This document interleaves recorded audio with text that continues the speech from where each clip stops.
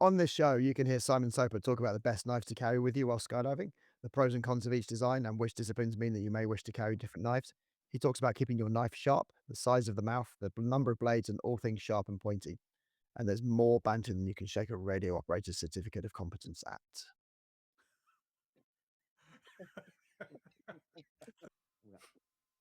Well, hello there. This is Radio Skydive UK, RSUK107, and my name is Brian. With me in the virtual studio is a man who uses his arm hair like a crowbar, winning the armrest in the middle of the seats like a pro. Hello, Craig. Beefcake. Hello. And joining us for this So glad we episode, do video. is a man who has facial hair where Craig's sideburns end. If you merged their facial hair, you'd have Chewbacca. Welcome back to the UK, Simon Soper. Hi, Brian. And his Simon mullet. Craig. Don't forget the mullet. and the mullet, yes, Oh, absolutely. beautiful mullet. It's a standard issue in New Zealand. Craig and I are very jealous of your hairiness on top of your head. Simon, you have a friend with you. Who's in the room with you? This is Charlie Wakeham, my emotional support dwarf. I'm here to help. Best friend, best man, best pet, frankly. He lets me out sometimes. Can't believe. I told you you'd be Anyway. better value than Simon. Cool. Okay, guys. So welcome to the show. Thank you very much for being here. We do Thank you try for and having us. self-edit. Can't believe you called him that. We're living in a bit of a global crisis at the moment. There's a run on jet fuel that we might not have enough left to go skydiving. Is that true? Apparently, according to the Bible. the news, to the international energy whatever. Because without going into too much detail, there's still a bit of a blockade in the Gulf, isn't there? So all sorts of limitations. So it's not just jet fuel. It's like carbon dioxide, weird stuff like that, helium. Things. Carbon dioxide impacts the. I'm getting off on a tangent here already. The food industry, helium affects the chip Party balloon. manufacturer. So and we're worried about flying places. But you've just flown a long way, haven't you, Simon? Yeah, flew back from New Zealand. 48 Was hours there ago. any? Did you have to pay any extra money to come back? Did they hold you hostage to pay more a fuel surcharge, like all the drop They- zones in the country are doing now? Oh, they didn't charge me extra for a fuel surcharge, but a lot of the drop zones in New Zealand were starting to charge extra for fun jumps. How Time much and is a parcel fun for jump holiday. in New Zealand? Skydive Auckland, it was $50. What's that Skydive- equate to? it's $2.4 for the pound, so 20 quid. 22, 25, yeah, something like Okay. that. 22 Skydive pounds Wanaka and- didn't have fun jumpers, so I was just going to say, how many fun jumpers are there at Skydive Auckland? How many fun jumpers are there generally? in Auckland, quite a few. It is a sports drop zone, and they have the New Zealand skydiving school there, so they take Joe Blogs and they can get a diploma in skydiving. They were the Like commercial skydiving. original apprenticeship style model that took people off the street and they made them into skydivers. Yes, but That's cool. rather than being an apprenticeship, it's more like a university course. Training, proper. So they Technical- produce quite a technical training. few sports jumpers as well. Yeah. Whereas Wanaka is very much more of a commercial center, and I believe I've paid $40 a jump. You get 10 free a month, and then there's $40 on top of that. So yeah, And you worked at both. I worked at both. I started at Wanaka. Didn't love it. Got offered a position in Auckland where I was doing tandems and AFF and rigging. So yeah, went up there rather than So just on tandems. Is that like a cultural thing? Is that because it was purely tandem? You just wanted a bit more full service, full experience drop zone? Yeah, exactly. Yeah. When you say diploma, is that as a step into working in skydiving, or is that as just getting qualified? No, yeah. So they were done by 100 jumps. The idea was at the end of it, they were able to do outside camera. Okay. And then move on to do How was that? exactly. So, have you got your diploma now, Simon? No, I don't have What? a. So you're not qualified? No, well, Was there any problem accepting your UK qualifications over there? 100%. New Zealand does not accept any qualifications from anywhere Good. else in the world. Good, because we don't accept them over here either. So fair square. So It's based on the USPA system, but I spent something like $1,500 converting my ratings, coaching, wow. tandem, AFF, rigging. I had to get 2 medicals. Yeah, I spent a lot of money to be able to skydive in New Zealand. Was it worth it? 100%. When did you go over? I took off in the UK on the 22nd of September, flew through China on my birthday on the 23rd, and then landed on the 24th in New Zealand. Didn't even get a free upgrade for it being my birthday. Throwing drakes on the 25th. So basically Like a that. 7-month trip, 7 months, yeah. 7 months of working. How long did I you came back for Christmas because I had to see my little lad, but yeah. I promised him Is I'd it be going to home be for an Christmas. annual pilgrimage, Simon? We'll see how life goes. Fair one. I'd like to, but we'll see how life turns out. You didn't get sacked then? Yeah, he didn't say it the same drop zone. There's a few others over there, aren't there? Go to Taupo next. It's fine. Talking of people getting sacked, there's been some furore in the gliding world at the moment. So this is probably news to the majority of the skydivers out there, but the gliding community's had a bit of a shock discovering that a major player in the bailout packing industry has been pencil packing. And for listeners who don't know what that means, it means you pretend that you've packed the parachute. It's supposed to be checked every 6 months, every 12 months. And you just sign the paperwork to say it's been done, take the money, thank you very much, and it doesn't actually get opened and inspected. But this is the thing, Simon. You might know better as a rigger. That it's not legal. It's not the same way it is with British skydiving in that we have to have our reserves packed. It's more of an optional No, thing they are in gliding, isn't it? completely unregulated. There are no Unregulated, yeah. regulations on bailout rigs whatsoever. British Gliding recommend that personal users get their rigs repacked once a year. But if it's for a club kit hire lent out to students, then it should be every 6 months. I will not say which rigs and which clubs I've packed up, but there have been data cards that said the rigs were packed within the last year, and I've pulled them out. And as an advanced packer, you'll know this, Brian. Craig. Sometimes you can tell the elastic bands in a rig have been in there a lot longer than 1 year. Yeah. Yeah, and I've pulled out reserves with very, very plastic rubber bands that just fall Oh, apart. brittle. Yeah, We should brittle. ask They disintegrate, and they should definitely last more than a year. And I'm like, I'm not sure this is necessarily accurate paperwork. Yeah.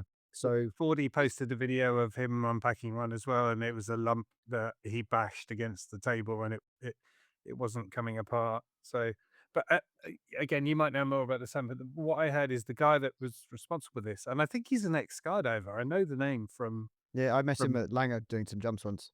back in the day. It's like old school 80s, 90s jumper, but he'd got into a position where he was pretty much the only person packing these rigs in the UK. Like 90% of all bailout rigs were being packed by him, and he'd got to a point where, and this is all hearsay, I hope, but that he was ending up doing 90% of all the bailout rigs in the UK. And there's quite a lot of gliding goes on. There's quite a lot of bailout rigs, and eventually somebody realized that it just physically wasn't possible for this guy to be doing all of those rigs. So that I think they started to do the old trick of, putting bits of paper in pack jobs and seeing if they were still there the next time. And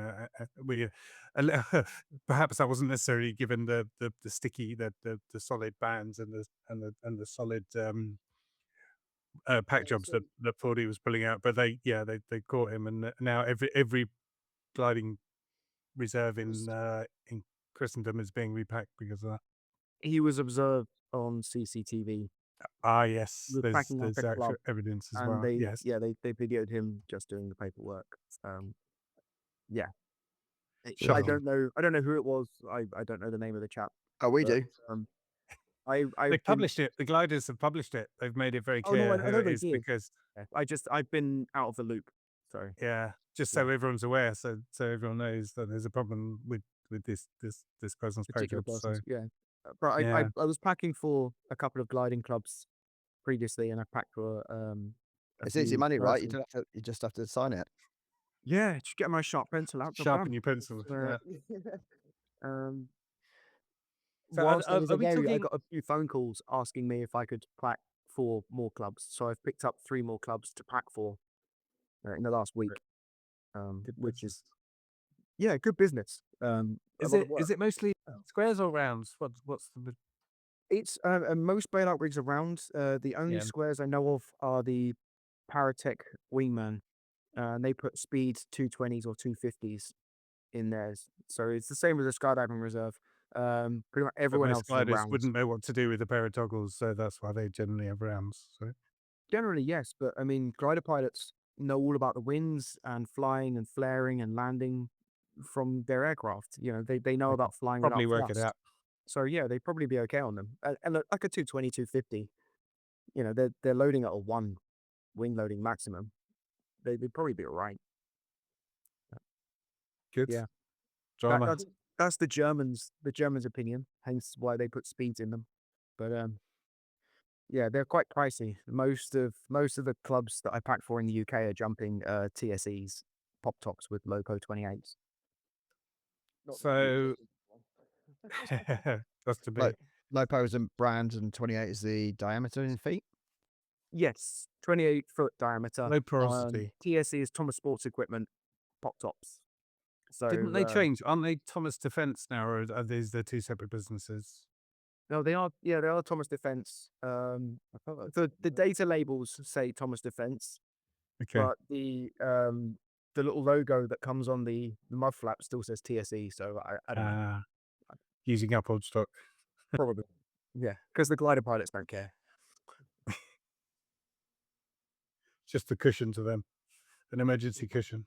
My favorite moment about this was when they found a skydiving forum and said, "Hey, can anyone pack our gliding equipment?" Yeah. And somebody linked to the original guy and his company, and our No, favorite no. So if that's the same person we're talking about, the guy who posted it is an ex-skydiver. yes, exactly. He's a friend of mine, so and he's moved over to gliding, so that's why he So he posted came it to not knowing what's going on, and said, "This is the man we recommend. You should talk to this guy." And Craig was very quick to point out that he absolutely was not the person to talk to. and yeah, he very quickly deleted his post and very nicely he said, yeah, and then said, "Oh, I wasn't aware, and I've now deleted my post." It's like, fair play, but I would have it's gone, just leave it. That is done. But anyway, there you go. Right, what's next? Moving on. Moving on. More An fun and hour and games. done, right, Brian? Aerodyne. What's going on with Aerodyne Icons? The containers. So there's been a lot more testing. I think Aerodyne representatives from Aerodyne are in the UK or have been in the UK, and I think they End of last week, there were 2 people at Langer. okay, because you're at Langer now, so you saw them there, did you? No, I turned up on Saturday, and I think they'd already gone. I think they were They'd there already gone. Thursday, maybe. I'm not sure. Maybe just one day. So, One guy from but US, one guy from Europe. there hasn't been much public since then, has there really? So, I don't know. Hoping that they'll come to some conclusions and make some decisions soon. So I took my rig. I've got an Icon. I've got an i3. It's an IN3, so it's the original 2009, 2010. So on the last podcast, I said something like, I don't even know which flap my cutter's on, and then I went through. Then there was some confusion because I thought because it's an IN, it didn't need the subsequent service bulletin about moving the cutter was for later models, but I don't think it actually was. I think it was applicable to all. But so go on, Simon. You're the expert. You'll know better than me. So in 2007, the French mandated moving cutters above the pilot chute for all rigs, except a Vector, for some reason. When that happened, Icon released a product improvement notice, or whatever they call it, technical bulletin, saying Yeah, that you can move the cutter from flat 1 to flat 3 on all Icons. so not mandatory. So if Not you want mandatory. to, Yeah, for yeah. the French, and they called it the French modification. or that's how it was known anyway. In 2016, they released the next gen range of icons. And when they did that, they altered the geometry of the outer top and bottom flaps and added all sorts of embroidery and extra padding in the reserve flaps to make them look cool and groovy and sexy as they do. In 2022, they released the service bulletin saying, optionally, you can move your cutter from under the pilot chute to the side flap, from flap 1 to flap 3. But again, it wasn't mandatory. So yeah, and when they released it, the service bulletin in 2022, it only applied for next gen icons. So serial number starting IX in sizes I1 to I5. And again, optional, not mandatory. I'm sure we've all seen footage online of AADs being set off and pilot chutes not coming out, even reserve handles being pulled and pilot chutes not coming out. Generally, it's the footage we've been seeing is of icons between size I1 to I4, I1 to I3 being the more significant ones, but still I4's having problems. Following the fatality at Headcorn of a good friend. Obviously, British skydiving, no, we need investigations. We need to know what's going on. So they grounded them all. The Dutch grounded all icons of any age between size I1 to I5, including S5. And in New Zealand, I was chatting to the head of the NZPIA when it was all going on, and they put out an advisory notice to inspect for long loops and whatever else. And perhaps you might want to think about moving your cutter placement. And then when Icon made it mandatory, the technical bulletin, to move the cutter from flat 1 to flat 3 in next gen icons, the NZPAA obviously said, well, you have to, because otherwise, manufacturer recommendations. So that But, was mandatory as of last week. Yes. Really. Yeah. And But that just was this S refers to the student size icons. only in the next Five. gen generation. So icons manufactured after 2016. If they're IN I- or that, then Yeah. as far as Aerodyne are concerned, you're still good. And from what we're seeing with the tests around the world and people pulling the handles and setting off AADs, they are really only the next gen icons that are having issues. So I took my IN to Romek, who do my reback. And normally, as I said on the last show, when I go down there, I generally do a reserve pull anyway. And I'd probably done 3 or 4, and then I stopped doing it because I was happy with my drills and happy that it was popping. And then I went back again after the grounding, and Gary and Marianne have set up camera setups, a bit like Langer, slow motion cameras and fixed positions so they can recreate it. And so I lay on the floor and I pulled the reserve handle first time, and then they did it with a Cypress Fire with it on flap 1. And then they moved the cutter to flap 3 and they did it there again. And then they moved it back to flap 1 and put a long loop in it. And all 4 opened, That worked. cleanly. Yeah. So, because I'd done those pulls when I got in for repack, I was fairly comfortable. Obviously, the AAD firing was a question in my mind, but I'm 99% confident in that rig. So it'll be interesting to see what decision is made in this country with regard to that, whether they'll just move them all for just to be better to be safe than sorry, or whether it will be specific to the IXs. Now I've no inside knowledge, no knowledge of it, but it'd be interesting to see. I don't. This is really bad thinking, decision making or process, but I really don't want the cutter moved on my IN because it wasn't designed that way, and I don't think it will look particularly attractive. And I know that's really not a way to think about it when it comes to life-saving situations like this. But so I'm kind of hoping from that perspective that they don't move it for the INs, but I will leave it in the hands of the experts to make that decision. For one who knows very little about icons I'm guessing flat 1 is under the pilot chute above the reserve, and then is flat 3 above the pilot chute. Flap 1 is, so you put the free bag in, and there's an internal bottom flap. And that's flap 1. Flap 2 is an internal top flap where the sky hook would sit if you have one. And then the pilot chute goes on top of them. And then flap 3 is the left side outside flap.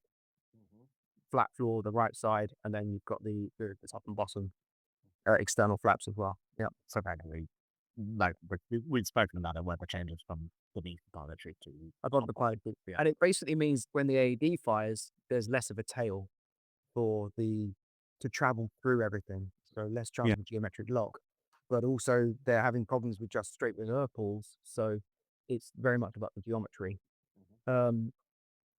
It's the thing that really has upset me the most is I know the chap very well. I've packed his reserve for a number of years, and he has had an AAD fire on that kit and survived it before. So Wow. it kind of confused me as to why it didn't work this time. But yeah, that's I don't know. Might not want to get into that. Interesting.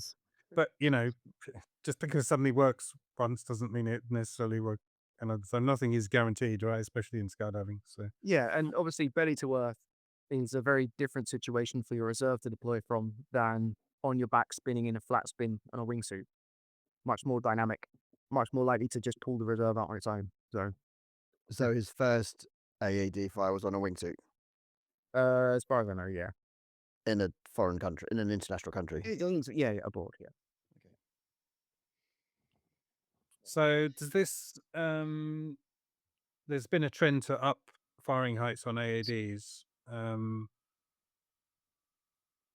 mean, I guess this doesn't really count here because the issues is if the AAD fires when you're not conscious, that's when you need it the most. But just altering that firing height by a couple 100 feet. We've seen on the videos people are able to elbow the pack, and it does come out generally if there's a bit of wiggle or a bit of movement. So, if you do adjust your heights just a little bit, it just gives you that bit more time to deal with a hesitation or an issue like that. Might be worth considering. Yeah. The other issue, to come back to your point, Craig, about not wanting to move the cutter. When the cutter is moved, obviously when it's on flap 1, it presses into the free bag, so it makes its own space Deforms, yeah. by sitting into effectively the reserve canopy. When it's Nestles in, yeah. when it's on flap 3, it sits between the pilot chute and a flap, so it's got a grommet on either side of it. And if you have a Cypress, then the cutter has a brass sleeve. And when that sits between two stainless steel grommets, it can damage the sleeve. And then there is the risk of that damaging the closing loop and potentially premature deployments. Okay.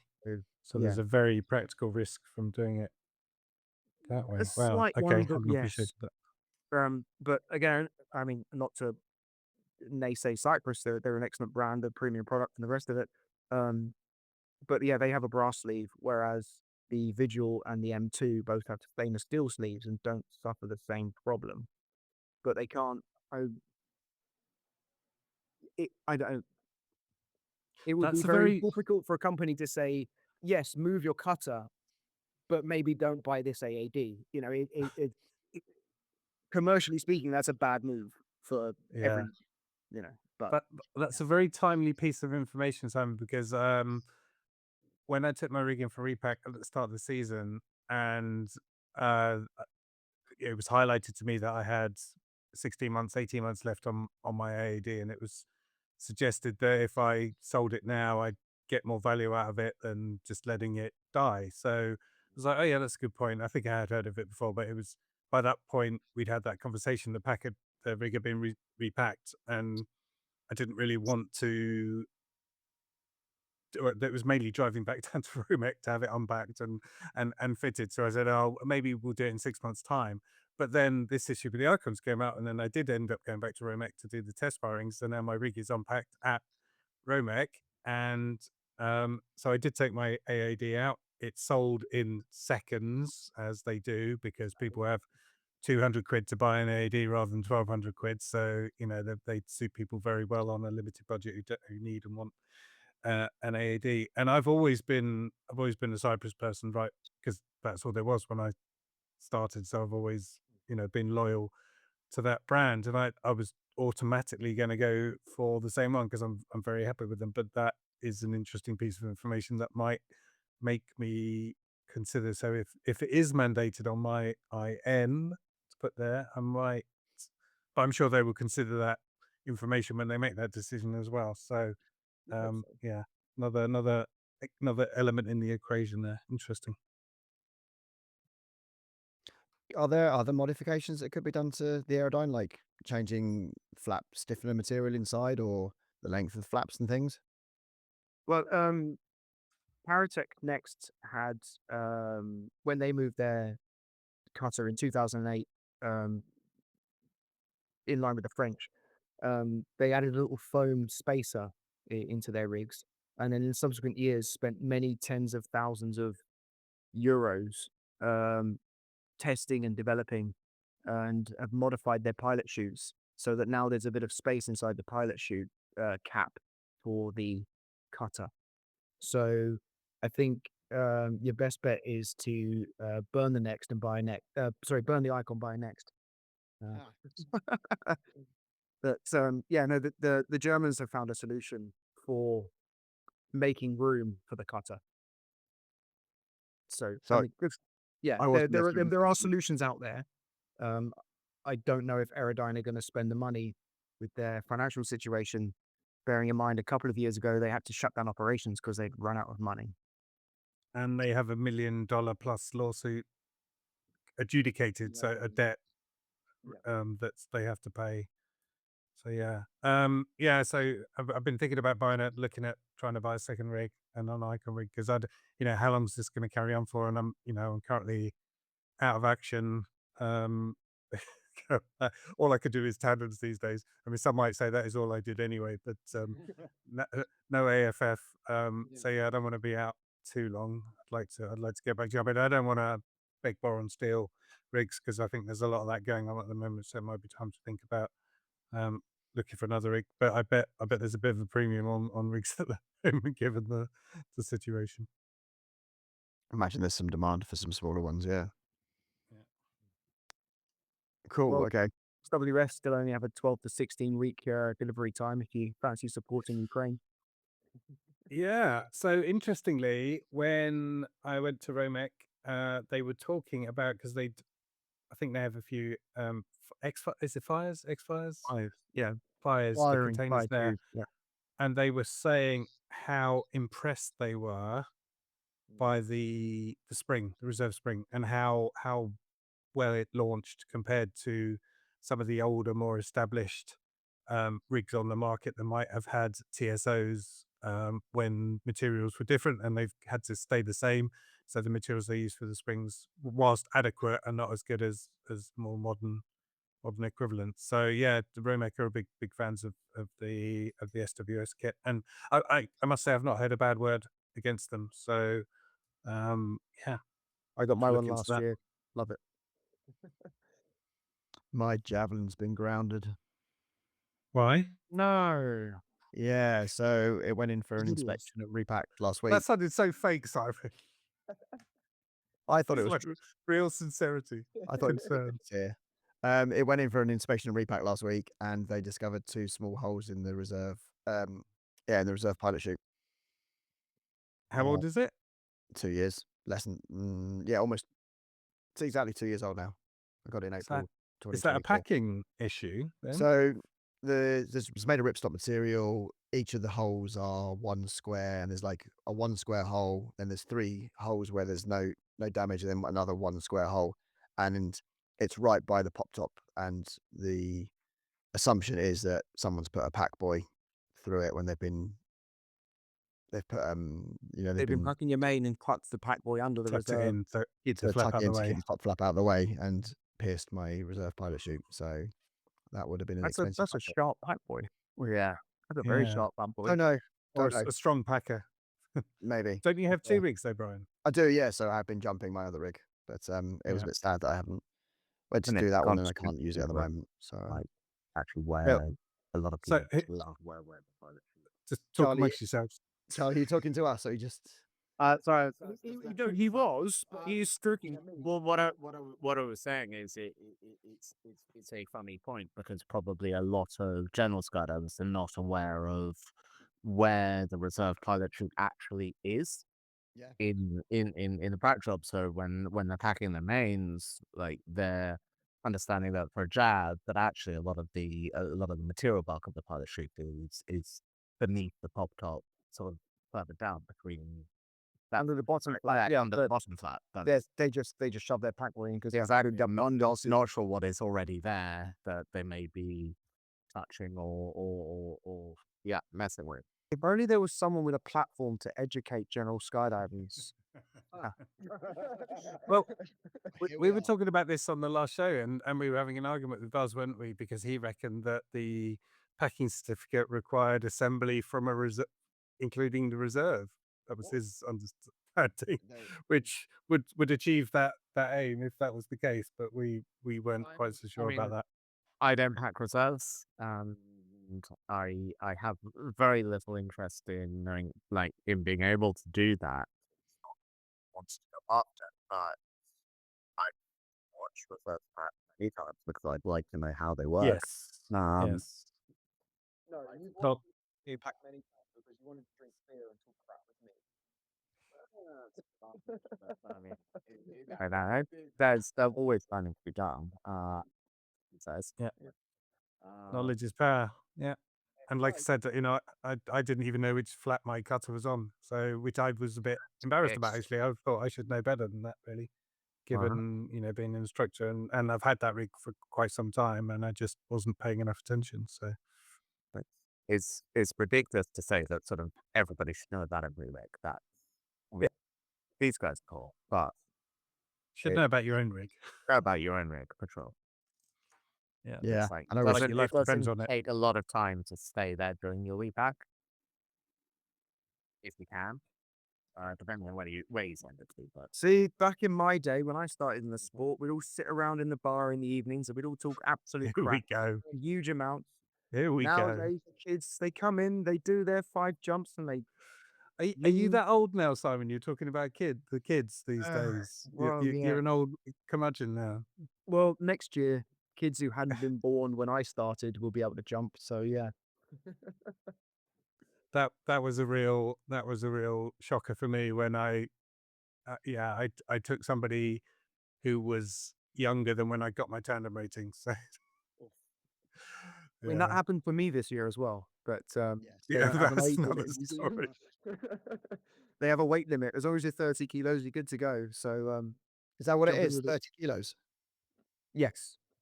So you can jump children as long as they're big As long children. as they're more than 30 kilos, they were okay to jump at Skydive Auckland. And I jumped with a 4-year-old. It was quite an emotional experience being away from my son for as long as I had been and him being not much older. And yeah, I Wow. did. They said, "Are you okay jumping with this person?" And I was like, "Let me have a chat to them first." And spoke to them and their parent. And the parent said they've always wanted to fly. And the child turned to me and said, "My daddy bought me this so I can experience flying." And I was like, "You know what? Solid. It's not the parent making a child do it. It's not someone go, you should jump out the plane. The child wanted it, you know, completely up for it and had a fantastic experience. But I wanted to make sure it wasn't they were doing it for the parent, if you know what I mean.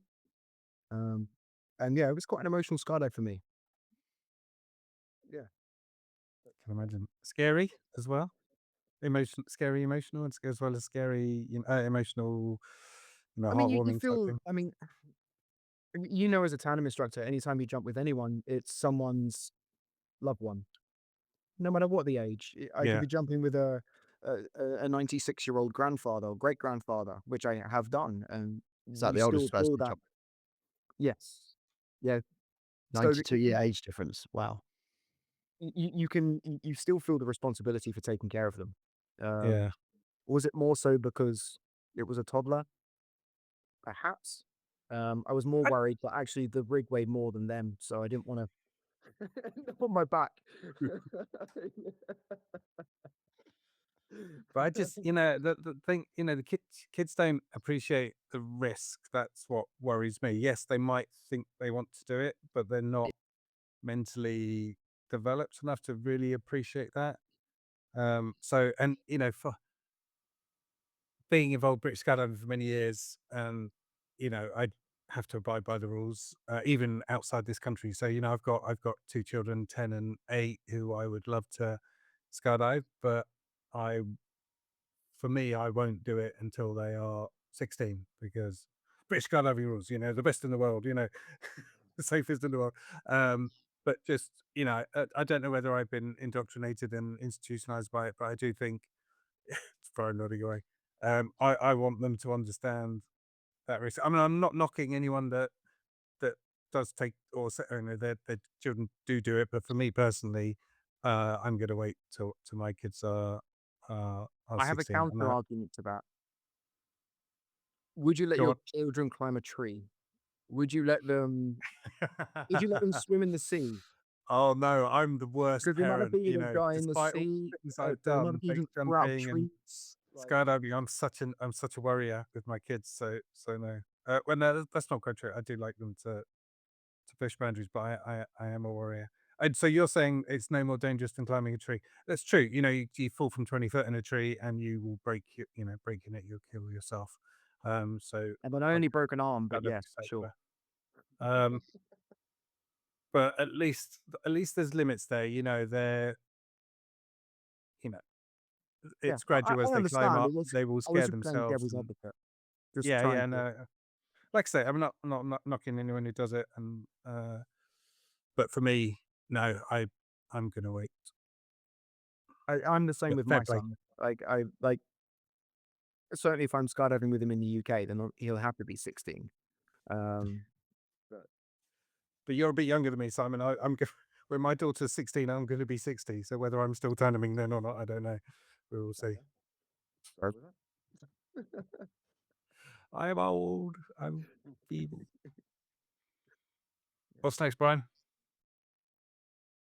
I think we go to our front cover photo. Oh no, we were going to talk about Headcorn because fun jumping's been suspended. Oh yes. So, Headcorn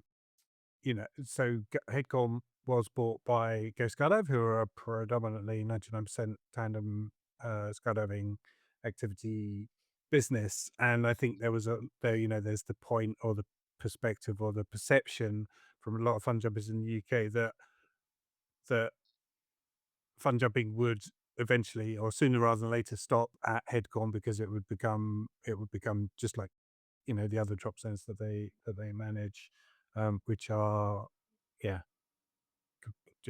just completely tandem skydiving. Um, so it's interesting to see that the statement has said that it's just a pause and they will come back. But I think they're it's fair to say there might be a certain amount of cynicism in the skydiving population in the UK, whether how long that will be for. Was that Um, politically balanced enough? I think that's obviously I work at Skydive. Sorry, Charlie's just opening a crate of beer. One sec. Ah, Right. you crack It's on, all right. Charlie. He's Is it like a good dog beer? What is it? animal. He is basically a pet. Wait, these are actually non-alcoholic, so Yes. Yeah, they're not for alcoholics, so not for you, Charlie. I'll have that one. Yeah, I work for Go Skydive, and Headcorn is my home drop zone. So difficult to. I don't want to put my foot in it, basically. But Yeah, and you're not speaking on behalf of. I'm not speaking on behalf of the company in any way, shape, or form. I'm not going to offer opinions. This is purely factual. There are logistical reasons currently why there are currently logistical reasons why fun jumping is suspended.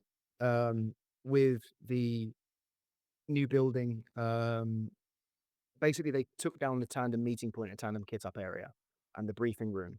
Which was a So, dodgy old building. which was an old building, yeah, and they're revamping it, which means that the tandems are now being briefed and kitted up in what was the sports jumpers sort of area, and it's just you know how tandems can be with you got You Joe know how Bloggs. fun jumpers can be. They wander around and they can step all over lines, and you know how fun jumpers are with how Yeah. neat and tidy and fastidious they all are, and How respect polite they boundaries. are and how respectful they are of Yeah, people that exactly don't that. understand the Complete sport. lack of innuendo.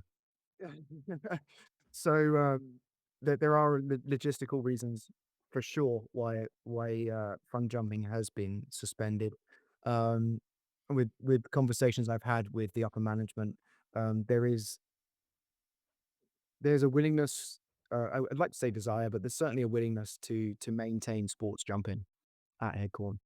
Um, that's probably as much as I can say, but there's certainly a willingness to keep sports jumping at Headcorn. But just at the moment, For now. logistically is difficult. So they've just said we'll put a stop to it for the moment. It just coincidentally happened to be coinciding with With the incident. the Yeah. incident, and so a lot of people have simply assumed they've used it as an excuse to stop sports jumping, and they're not going to restart it. But I don't. My personal opinion is I don't believe that's the case. Why didn't they put this building up over the winter? Sorry? Why didn't they just put this building up over the winter? I don't know. I was in New Zealand. I can't answer that. Oh, because you were in New Zealand. Okay, fine. Yeah, Gotcha. they didn't have their favorite Well, builder let's on. move on before we say something we regret. Craig, you got a photo you want to share? Is this the one with the Do I? sky and the skydivers and the ground and stuff? Oh, and the guy doing Uh, the thing. That's Yeah, pretty good the photo. fantastically framed colors, beautiful, motion, poetry in motion picture. We didn't decide which one we were going to do, did we? I liked the tracking shot and the pilot chute being drone shot because they're technical and I'm a technical geeky nerd. Simon and Charlie look confused. Is that the same shot, the tracking with the pilot shoot out? Because I don't I recommend think that. it's the same person. I think it's a sequence. Yeah, because you're on a phone, aren't you? You two, so you haven't seen the Yeah, pictures. we sent can't- you We on can't see WhatsApp. the photos, so we are all. Do you want to quickly have a look so you can see what we're talking about where do I look? What's up? on WhatsApp? Yep. Roger. One second. This is while Simon and Charlie are looking at this now, you can go see it on our Facebook cover photo of the Register of UK Which- Facebook post. Whichever one it is that we decide. Sorry, I'm just getting the other one because they didn't send the tracking one. Here it is. It's coming inbound now. There we go. So Sounds like world's worst choose porno. Charlie, Simon, choose out of those two pictures and whichever Oh. one you choose. You're back. Hello. What do you reckon, Charlie? I reckon the tracking shot. Yeah, tracking. You happy with that, Brian? Yeah, fine. No, because it's not landscape, it's portrait. We're going to turn him to a side. Oh, rotate I completely ignored your rules, didn't I? Rule number 1 that you set out. I mean, Maybe, rotate or maybe Fordy's maybe he's cropped it. Has he cropped it? Yeah, no, rotate it. Yeah, because it doesn't matter. Rotate 90 degrees and just pretend they're backtracking. It's fine. Yeah. Backtracking. did a jump on Sunday with a big weight group, and we sent 8 people first, and then there was left 3 of us or in the middle, and it was like, okay, star 360 start, but the 360 is a back loop, and 2 of us launched into the back loop, and the third guy was just like, "You were being serious?" But no, it was good These fun. young Kids these days. Yeah, it was a 360, just a different orientation. Cool. Fun color. Which one do we choose? The tracking guy? Yeah. Perfect. So thank you to Andrew Ford for the photo taken over Namibia of some guy in a very colourful t-shirt and a vector that's not grounded.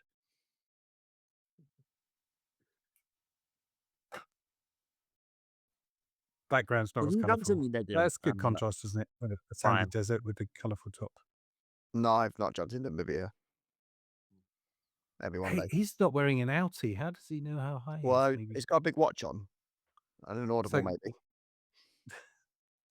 it's Namibia, right? Anything. Actually, no, in the shot where he's deploying, it looks more like an outie. It's very big, so that could be an outie. It's difficult to tell. Anyway, moving on. Oh, it's I'm, definitely an I'm outie. going down the rabbit hole. Cool. So thank you to Andy. If you No, guys... it definitely is an outie. I've zoomed in. I can see red and yellow on it. You'll be all pleased to know. Thank you, Craig. Thank you, Andy Ford, for the great photo. If you had a photograph that you would like us to consider, listeners, please send it to studio@radioskydive.uk. It will be our Facebook cover photo for the duration that this is the most recent episode. And if you'd like to contribute anything to future shows, post on social media and tag us #RadioSkydiveUK, or email us, or better yet, record some audio on your smartphone and send it to studio@radioskydive.uk. We'd love to hear from you. Also, all donations Should we do our welcome. School of Hard Just Knocks? PM me, I'll send you my Let's- bank details. Absolutely. Let's pause our School of Hard Knocks and we'll play it next time, but we're running a bit long. But let's go talk to Simon about some knives. Simon, when you became an advanced instructor, your specialist subject was knives. Yes. Very And much. we had Ferg on the show a couple episodes ago who had his incident in September in Australia where his had a premature reserve deployment that hooked over the tail of the aeroplane, and he used his hook knife to cut off his reserve before then deploying his main parachute, sorting out the entanglement and landing. Pretty much, mostly injury free, but yeah, great presence of mind. It's a really good episode. Go and listen to that, listeners. But in the meantime, he had a hook knife, and he found the first couple of lines were fairly easy to cut, and then the efficiency of his knife deteriorated somewhat. And Simon, given you've done lots of research, what knife would you recommend? Not the one that he had. And where do we start with this? So the standard hook knife that a lot of skydivers are jumping with, if you look at it, it's probably got safety knife stamped on it. Does it look like one of this? Does it look like that? No, that's a Zac knife. Oh, okay. That's actually a better Fish cutter. cutting. You talk about this? That one, that's the one. Yeah, that's standard, Okay. the polycarbonate one. They also do it in aluminium form.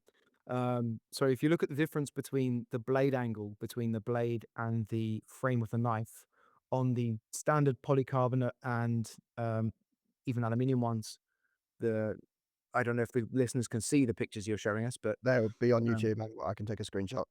yeah, sweet. So you can see that there's an angle of about 30 degrees on the polycarbonate one, the one in your right hand, the This red is my one. left hand. Yeah. No, the Red one, one. the one in your right hand. See, Yeah. there's a rather acute angle between the frame and the blade. Yep. What that means is, as it tries to cut anything, the material slides along the blade and hits the frame, and then it pulls against the edge of the blade. And because it's only it's a very thin blade, they're very sharp blades. As long as they're cutting straight down, as soon as there is a sideways, a torsional load on them, the edge of the blade rolls. And as soon as the edge of the blade has rolled over, it's not sharp. You don't have a blade anymore. You've just got a piece of metal. The Zac knife, the crappy little orange ones that we all love to hate, you can see there's a much less acute angle. It's more like 60 degrees. Is anybody else think it And can look like a parrot? Uh, Sorry. yeah, they Sorry. have their own issues. They Hmm. they are brittle in cold weather. They are susceptible to UV damage, and the handles can snap, and then you can't grip the thing. The little bolts come undone, and the blade falls out. They have their own issues, but the cutting angle on there is much more efficient, because material doesn't get jammed between the blade and the frame. It just sits on the blade. A far more efficient cutter would be anything with twin blades, because then it's not pushing on a frame at all. It's just pushing against two blades. Um, Something like a jackknife, Jack the Ripper, the bigger ones, or a little kite knife, as you're showing there. Yeah. Kite That's the surfers. Manera kite knife. Yeah. The Minerva kite knife, I think it was, or Manera, Manera, Manera. Manera, Dakine.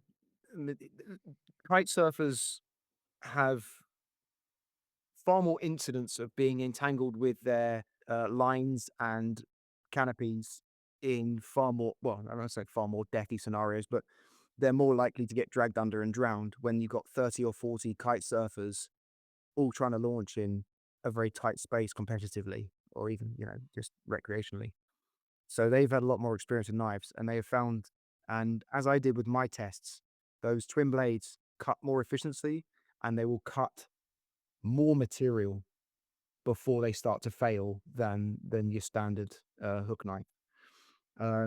As your chap whose name I've forgotten, Ferg, was it Ferg? Ferg, Ferg. yeah. Yep. Ferg, yeah. cut a couple of blinds with them, no problem.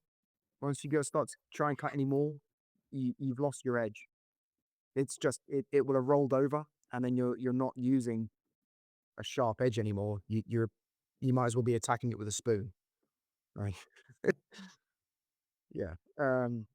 So that's on a single blade So knife. single blade knives, yeah.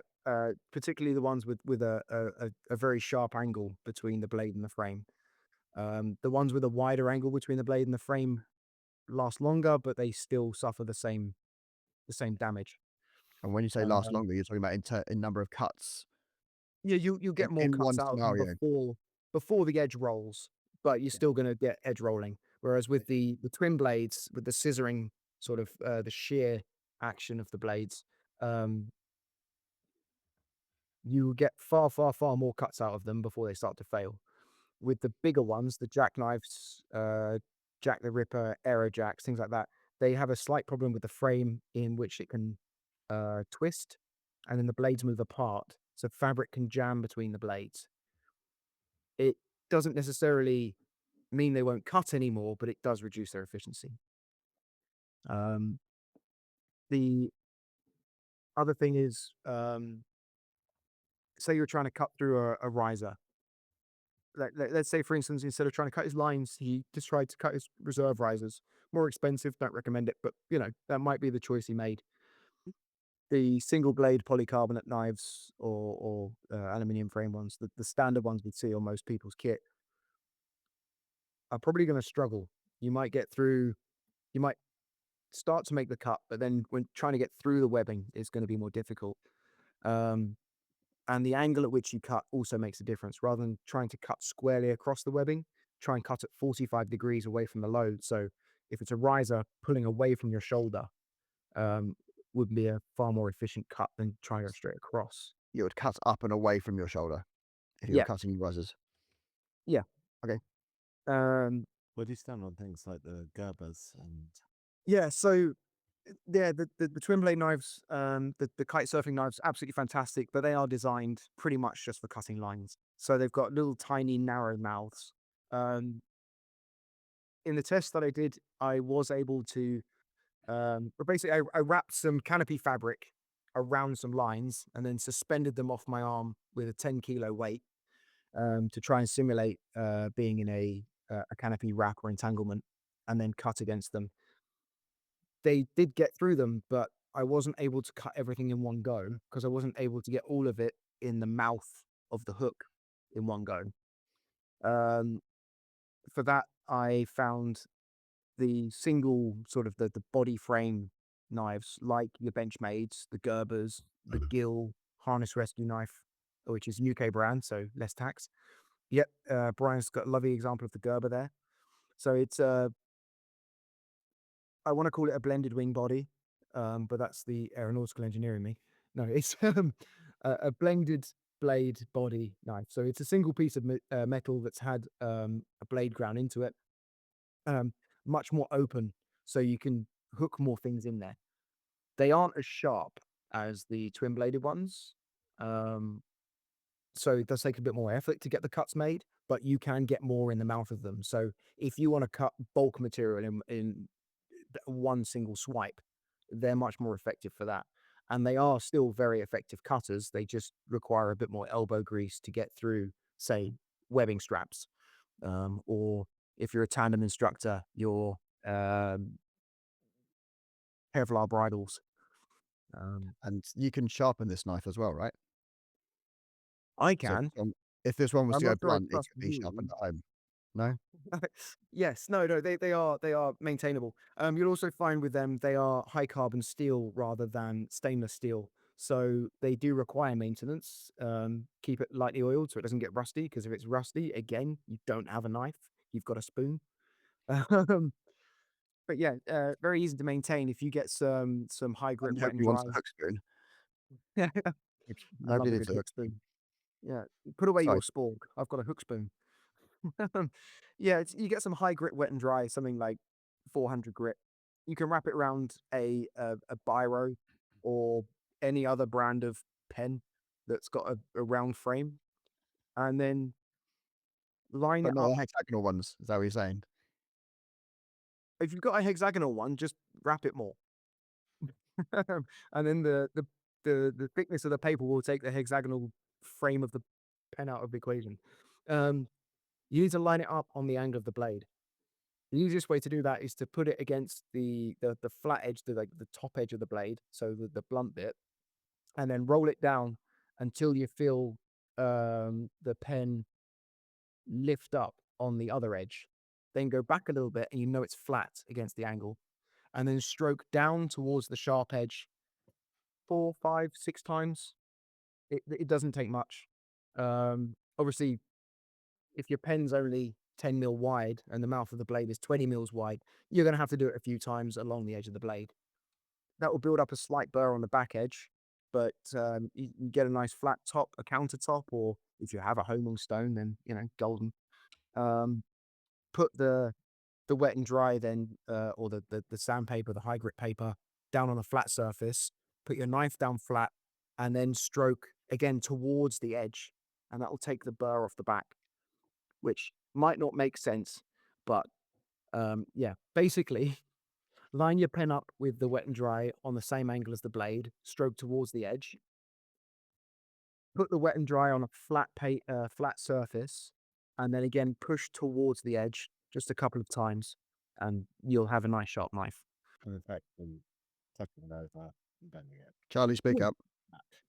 Charlie's saying you push the edge over, so you push the damaged or the oxidized edge over the edge, and then you put it down on the surface and you take that off to give it a chisel grind. Is For the more anyone technical old knowledge. like me and listen to Best Thing Since Sliced Bread on Radio 4? Because they did recently a couple of episodes. One was on blades, on whether it was worth spending a lot of money on a sharp knife, and they talked all about carbon content and things like that on that episode. And then the one after it, they talked about blade sharpening, and they talked about all the different tools and the angles and the different fine grades of things to do it with. So that was an education. So I'd recommend that if you're old and boring like me. It sounds like something you might enjoy, Simon. Although I think you probably know it all already. So judging by That's it. the masterclass you've just given them. I don't know what you guys did during lockdown, probably drinking and web chats, but I got into an American TV show called Forged in Fire, which is basically Great British Bake Off, but they make knives. And I went down a rabbit hole of making and maintaining knives and axes and all sorts. And there's a wonderful guy on YouTube, Bushcraft Sisyphus, who has a wonderful series on axe grinding, shaping, sharpening edges, who goes into detail on bevels and angles and carbon content as well. Yeah, so if you're interested in edges and maintaining edges on metal things, highly recommend Bushcraft Sisyphus. He's very entertaining and very choppy. How many knives did you buy for this testing? Many. 30?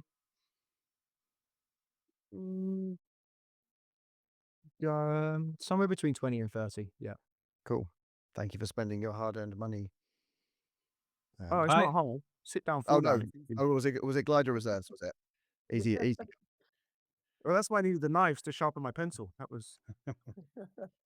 So I saw a guy at the drop zone this weekend who has taken some lessons on board from Fergs, and he has attached some lanyards to his knives so that if he drops them, he can recover them. So it's Using good what to see. material? I would like to issue a word of warning there. Being a CF jumper, I jump with a lot of knives, and early in my career, it was decided the best thing you could have was an aircrew knife, the old RAF ones.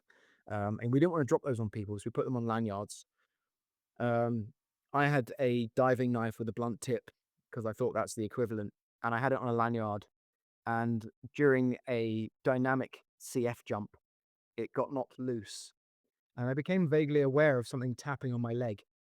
And when I looked down, my knife was banging against my leg on its lanyard against the leg strap. So if you are going to put your knife on a Unfortunately, it lanyard, wasn't sharp, so it did. it was hitting the leg strap cover, not the webbing itself. But if you are going to have a lanyard, I would recommend it being longer Strength. than Oh. your harness sits. I Or guess a closed blade, closed-ish blade. so. The one that Ferg recommended was Cypress line, and it was stitched to a bungee, and the bungee was stitched inside the knife pocket.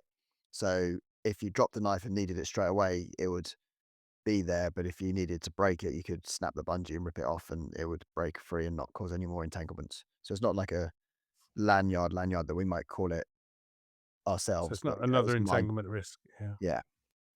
That's a good idea. Honestly, I just carry 3 knives. So what knives do you carry, Simon? Because you've got 2 kits. Oh, you've Yeah, got 3 for kits. Kit. well, I have a few different kits for coaching CF, and I have obviously my own personal sports kit. I've got 2 of those. I've got one that I use for instructing and one I use for wingsuiting. On both of my personal sports kits, I have 2 kite knives, one on each hip strap, and I have a solid body knife like the Gerber. I have the Gill harness rescue knife because they're British and cheaper. Um, and that's on basically a Velcro pouch that I can take off and put on my different rigs, but they are all loose. So if they get knocked out, they're gone. Fine. I just pick up the next one. Because you've got multiple. Exactly. There was at Proper Dink Boogie at Langer. How long was that ago? 3 years? 3 years ago. 3 years ago. There was a Polish chap who ended up in a wrap and was in the wrap for a while. And he dropped his first knife, and then he pulled out his second knife, and that got snagged in the entanglement. Then he pulled out his third knife and was able to free himself. He probably had a fourth tucked away somewhere, but yeah. Certainly with the kite knives, they're so small, so discreet, you can put them all over the place in your rig. And quite often people look at me and go, "You got a knife in your rig?" And I go, "Yeah, there's one here, here, and here." And they go, "Oh shit, yeah." Excellent. So I you think carry a Manera kite knife I carry and 2 Manera kite knives on both and my sports one, rigs, and I have 1 Gill harness rescue knife that I move between rigs. which is the big On my amount. the big amount, the blended body one. On my CF kits, I have 2 of the Gills in a pouch, one facing in each direction on my chest strap, and then I have 1 kite knife that I can put on either hip of whatever kit I'm using. Oh. Yeah. Cool. And I Thank you offer very the much. same for anyone I'm coaching, so I have that set up twice, and then whatever coaching rig I'm using, I'm able to swap the knives around. Yeah. I mean, I also speak as a crew jumper, and I jump with crew. We always jump with at least 2, but I'm talking to my friend about actually going free falling for the first time potentially in 3 years this weekend. And I don't intend not to take 2 knives. Yeah. Mainly because I don't really want attached to each other, but it's worth a consideration. I would say to people who are the way we jumping canopy formation think about it when in terms of just placement is typically having either one high and one low or left and right so that it's not so much about having spares, but having something that's readily accessible to wherever we're going to potentially need to be able to access or wherever we are able to access. So it's well, if you're thinking of jumping with more than one, potentially not putting them in the same place, or I certainly know of an incident where a chap was entangled in his reserve, and his leg caught in his reserve lines, and he was unable to get to his knife because it was on the hip of the leg that was entangled. It was scrunched up and he couldn't get to it. So one high, one low would make a lot of sense. Yeah. Just a thought. Yeah. He was fine, by the way. It's fine. Spinning reserve was not an issue. It was good. Anything else we need to know about knives? Yes. Whatever knife you have, look at it. When I repack a rig, I will always pull the knife out and have a look at it. The amount of times I find them with rusted blades missing, or the screws have fallen out, effectively rendering it not a knife anymore, it is surprising. When I was doing my advanced instructor course, we work on the instructor courses, and I was doing kit inspections, and I pulled a knife out the back of a tandem harness that I was inspecting, and the blades were both rusted and completely not serviceable. Fortunately, being an aero jack, they have spare blades in the handles, so the candidate was able to swap them out and carry on with his course. But yeah, if he hadn't have had that, then his rig would have been unserviceable because he doesn't carry a knife anywhere else on the rig. He'd have been pretty buggered. But inspect your knives. If it's not in good condition, it's not a knife. It's a spoon. It's a spoon. Excellent. Thank you very much for that, Simon. I'm glad you were there and able to talk about such an emotive topic with your emotional support Charlie nearby. That reminds me of the Simpsons episode which parodies Crocodile Dundee. And not a spoon. it's when Bart, the Simpson family, go down under, and he goes, "That's not a knife. This is a knife." And he goes, "That's not a knife. It's a spoon." And he goes, "I see you've played knifey spoony before." What Can't Oh. do the doing accent. bar after jumping? So there's 4 of us here right now. Hands up if you're a member of British Skydiving. So I put my hand up. Oh, well, everybody's put their hands up. Anything interesting to say fair- about that, Simon or Charlie? No, Yeah, as of yesterday, because I need it for work. But as of yesterday. Oh, so there you go. Simon's even later joiner than some of us. Craig, you're a member of British Skydiving. I am now. Welcome to the club. I wasn't until last weekend. commiserations. Did we talk about this on the last podcast, or did we leave it off? No, we didn't. We left it off because it's really boring, and But it's you- just you- me having a moan. So you were I'm making a surprised you point. brought it up again. God damn it. So I don't know, because I have an attention to detail on these things. When the membership opened in early March and the documents went out, there was a link to the membership agreement on there, and the membership agreement said something a bit weird. It said members must only undertake skydiving activities at British Skydiving affiliated PTOs unless otherwise authorized. And Oh, I thought this was a bit odd. So I went back to British Skydiving about it, and there was a bit of toing and froing, and then eventually it did get changed. About 12 days later, I think. So, Was this but I just new this year to previous documentation? yeah. But then Was it got that- taken out w- again. So, did oh, it say- there was another clause that had been omitted as well that made more sense. I should have been prepared and come with that one as well to was that to say what it specifically was. was that specifically to drop zones within the UK?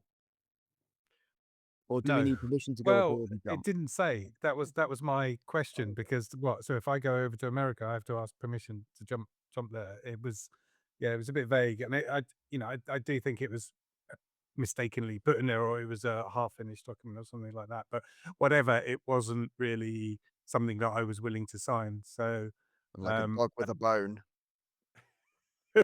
wouldn't let it go. So yeah, they did change it about 12 days later, I think. But I just wonder how many people joined the association having signed or agreed to that membership agreement, because I'm not aware that they sent out a correction to those that had already signed it in that case. But I guess most people didn't even read it. They just go, I need membership to jump, so I'm just going to sign it. So Which is the and I wonderful thing also- about British law. You can legitimately say in court, I didn't read it. I just signed it because, like, yeah, sure. And that's a legal defense. Is it? it's not a very good one though, is it? It's But not it a is good a one, but it's a difference. legal defense to say that the terms and conditions are so long and convoluted, or Okay. not what I expected them to be. That is a They've legal got to be defense. reasonable, haven't they? You can't just Yeah. blind people with But this was 1 page or 2 pages, so it's not that onerous. Even British skydiving skydivers can read it. We're not and- all autistic. Aren't we? Aren't we? I think we are. And I still haven't seen a copy of the insurance policy for this year yet, which was also holding me up. But it came to the point where Was there feedback to why that had changed? no, I can I could make a guess at why, but no, there wasn't. No, nothing came back. Guess. Yeah, I'm fairly confident, but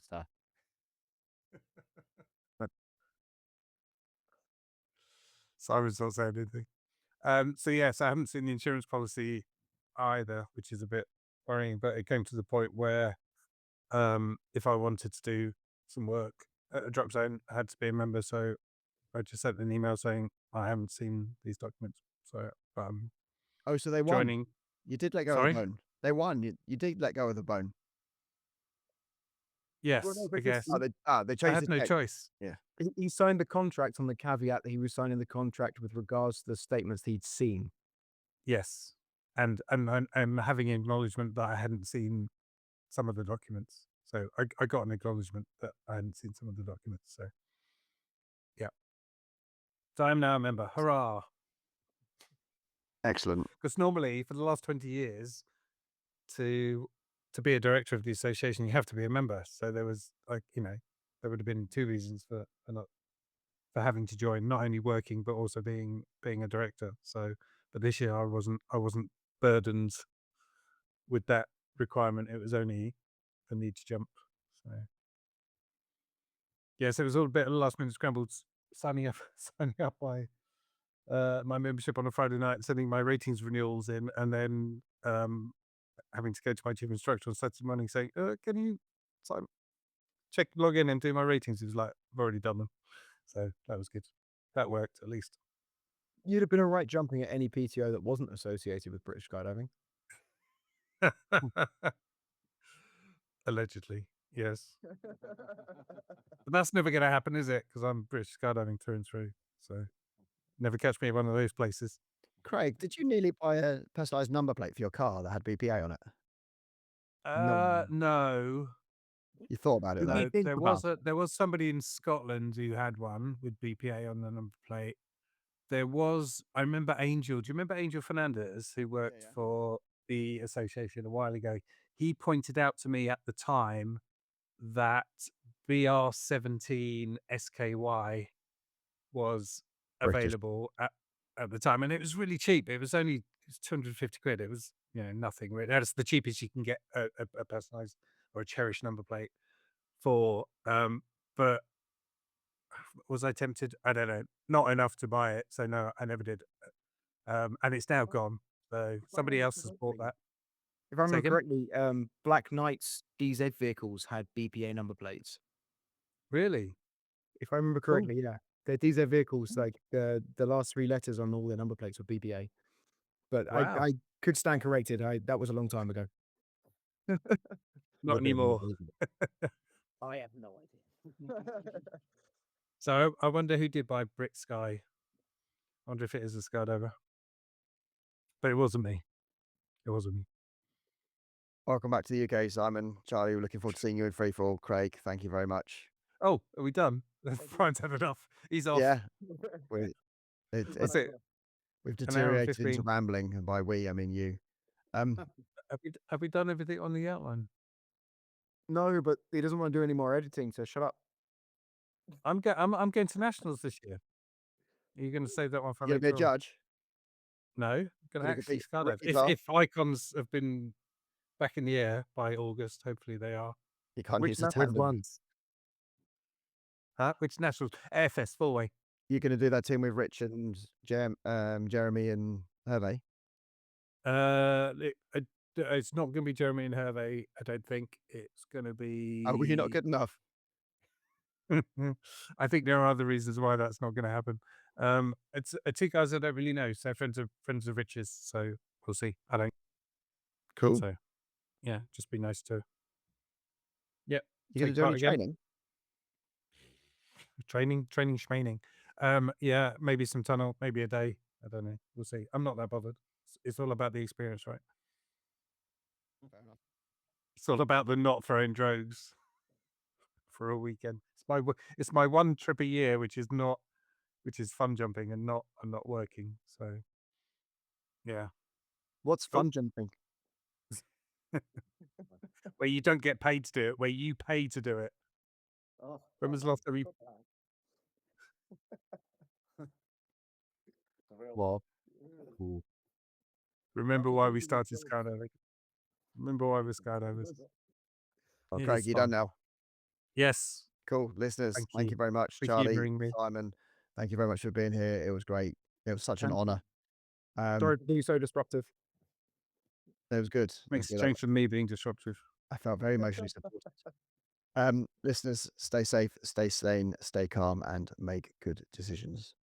Oh, can I just add, if anyone wants to ask me about packing glider rigs or knives, feel free to reach out. How? What's your preferred channel? I mean, I like to be touched, but honestly, You the can't social say that. medias- Facebook is fine. Facebook, Instagram, Tinder. yeah, if you, He's definitely getting old. He's still on Facebook. I'm known on drop zones, so like someone will have my contact details. Yeah. Soapy. Email the studio at Radio Skydive UK and we'll Yeah, we can always and pass we'll it on. be There you go, exactly that. Thank you. We're recording again. Okay. No shit, there I was. I was doing a canopy formation skydive. I was on this jump. You were on this. Well, you didn't get on it, but you were. Well, no, I was told to go and do my own thing. I did my own thing, turned around, and what did I see? Much excitement. Mm. So we were doing I think it was a 4-way jump. We were doing someone's CF1 jump, and it hadn't really happened. But 1 and 2 had gotten there. Number 3, who was the student, hadn't really gotten on, and Charlie was just waiting in the wings.